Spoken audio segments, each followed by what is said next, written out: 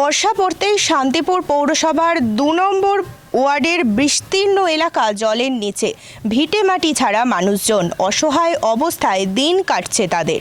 মাত্র দুদিনের লাগাতার বৃষ্টিতেই ঘরবাড়ি ভিটে মাটি ছেড়ে যেতে অন্যত্র চলে যেতে বাধ্য হয়েছেন শান্তিপুর ২ নম্বর ওয়ার্ডের ৪টি পরিবার। জানা যায় আরও ৮ থেকে ১০টি পরিবার আশঙ্কায় রয়েছেন।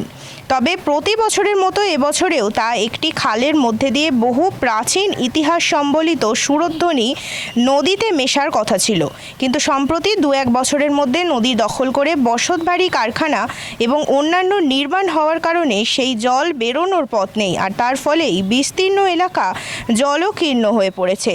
তবে এলাকাবাসীদের অভিযোগ, যদিও ব্যক্তিগত জমির উপর দিয়ে সুরধ্বনি নদীতে জল পড়ত, এক শ্রেণীর স্বার্থপর মানুষেরাই সেই সব নিচু জায়গাগুলোতে নিজেদের মতো করে বাড়ি ঘর বানিয়ে ফেলছেন, যার ফলে কোনোভাবেই জল বেরোতে পারছে না। এর ফলেই চিন্তায় রয়েছেন এলাকাবাসী।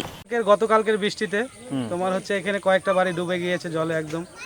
আর আমাদের বাড়ি ঘরদেরও জল, এখানে 3টে বাড়ি। আমরা ওখানে 7-8টা পরিবার রয়েছি, যাদের বাড়িতে মানে অটোমেটিক ঘরে জল উঠবে ভাব, আরেকবার বৃষ্টি হলে ঘরে জল উঠে যাবে।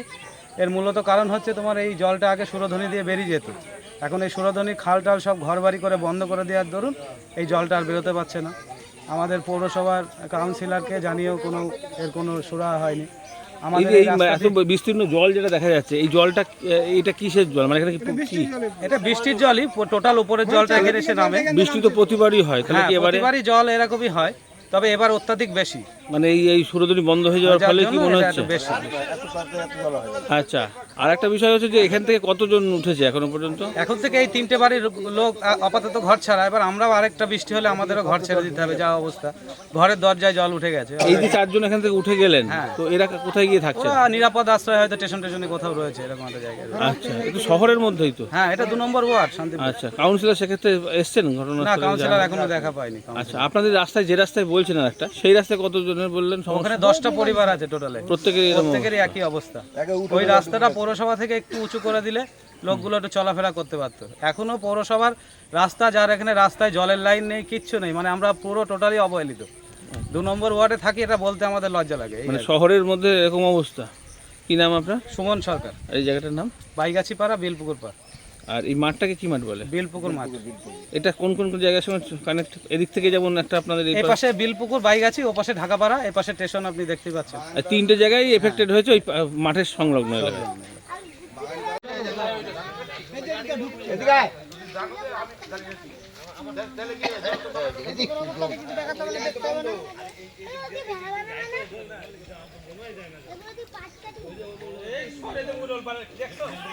এটা প্রতি বছরে কি এরকম জল হয়? প্রতি বছর হয় না, 5 বছর আগে একবার হয়েছিল। এবার 5 বছর আগে হওয়ার পরে আর হয়নি, এবার আবার হয়েছে, সবার বাড়ি বাড়ি উঠে গেছে। এই যে এবারে হঠাৎ করে এরকম এত বেশি জল হয়ে গেল, কি কারণে মনে হচ্ছে? কি কারণে? ওই যে সুরধ্বনিটা বন্ধ হয়ে গেছে, লোকজন ওই কারণে আরো বেশি অসুবিধা। জলটা বেরোতে পারছে না ওখান থেকে? আমার মেয়ে স্কুলে যেতে পারে না এই জলের মধ্যে। এই জলটা কবে থেকে হয়েছে এরকম? আজ 3 দিন হচ্ছে।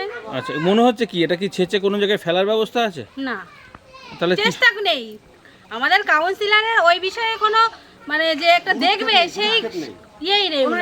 আচ্ছা, আমাদের ওনাদের কথা হচ্ছে তোমরা নিচেতে থাকো, তোমরা তো জল ভোগ করবাই। আমাদের রাস্তাটা দিয়ে আমরা হাঁটতে পারি না, তা ওনাদের কোনো গুরুত্ব নেই। নিচু ভোট উঁচু ভোট আছে নাকি ভোটের সময়? হ্যাঁ, ভোটের সময় তখন কোনো ব্যাপার নেই, তখন নিচে নামতে পারে। আমাদের কাউন্সিলরকে আমি বলতে গেলাম যে জল বাদে আপনারা তো দেখতে পারেন, কাউন্সিলর আমায় বললো কি যে ভোট দাও না। আমি বললাম আমার ভোট না দিলে আপনি জিতলেন কি করে? তখন আমাকে বলছে তোমাকে বলিনি, কাউন্সিলর আমাকে বললো তোমাকে বলিনি। তারপরে তাহলে উনি কাকে বলছে? উনি আগে আমাদের দেখুক।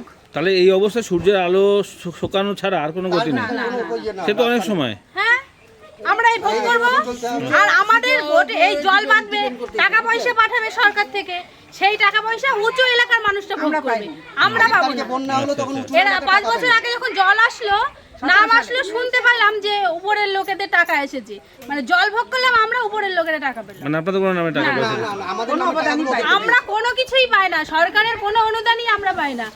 দিদি শুধু লক্ষ্মী ভান্ডারটা মানে ব্যাংকের অ্যাকাউন্টে দেয়, তাই আমরা পাই, তাছাড়া আমরা কিছু মানে হাত দিয়ে যদি আসতো তাহলে না। না, কি নাম আপনার? সুপ্রিয়া সরকার। এই জায়গাটার নাম? শান্তিপুর, বাইগাছি, বিলপুকুর। এই যে পরিবেশটা দেখেছেন, এটা কম বেশি বৃষ্টি এরকম জল হতো কিন্তু থাকতো না, কিন্তু ঢাকা করার যে একটা সুরজনীর নামার জন্য রাস্তা ছিল, একটা ড্রেন ছিল, সেই ড্রেনটা আস্তে আস্তে ওখানকার মানুষ কিছু দখল করে বাড়িঘর করে কারখানা করে ওটা বন্ধ হয়ে গিয়েছে। বন্ধ হয়ে যাওয়ার পরে আজকে আমাদের এই অবস্থা দেখুন, মানে সেই জন্য এই মানুষের জলমগ্ন। আমাদের আর এই জল নামবে বলে মনে নামার হচ্ছে? মনে কোনো পরিস্থিতি নেই, যেখান থেকে নামতো সেখান থেকে তো বন্ধ হয়ে খোঁজ খবর নিয়েছে কাউন্সিলর বা কেউ এসেছে? কাউন্সিলর কোথায় পাবো? তো এই বাড়ি থেকে বেরোচ্ছেন কি এই জল পেয়ে পেয়ে? জল বেড়ে জল কবে শুকাবে বলে মনে হচ্ছে? এই তো 6 মাসের আগে ধরুন শুকাবে, এই অবস্থায় থাকে এই অবস্থায় থাকবে। আমাদের বাচ্চা কাচ্চা নিয়ে যে আমরা বেরোবো সেই অবস্থা হবে। কতগুলো পরিবার আছেন এখানে? এখানে কোন 60-70টা পরিবার আছে, এই লাইন ধরে যতটা দেখেন আপনি। আচ্ছা, কি নাম আপনার? আমার নাম বসুদেব বিশ্বাস।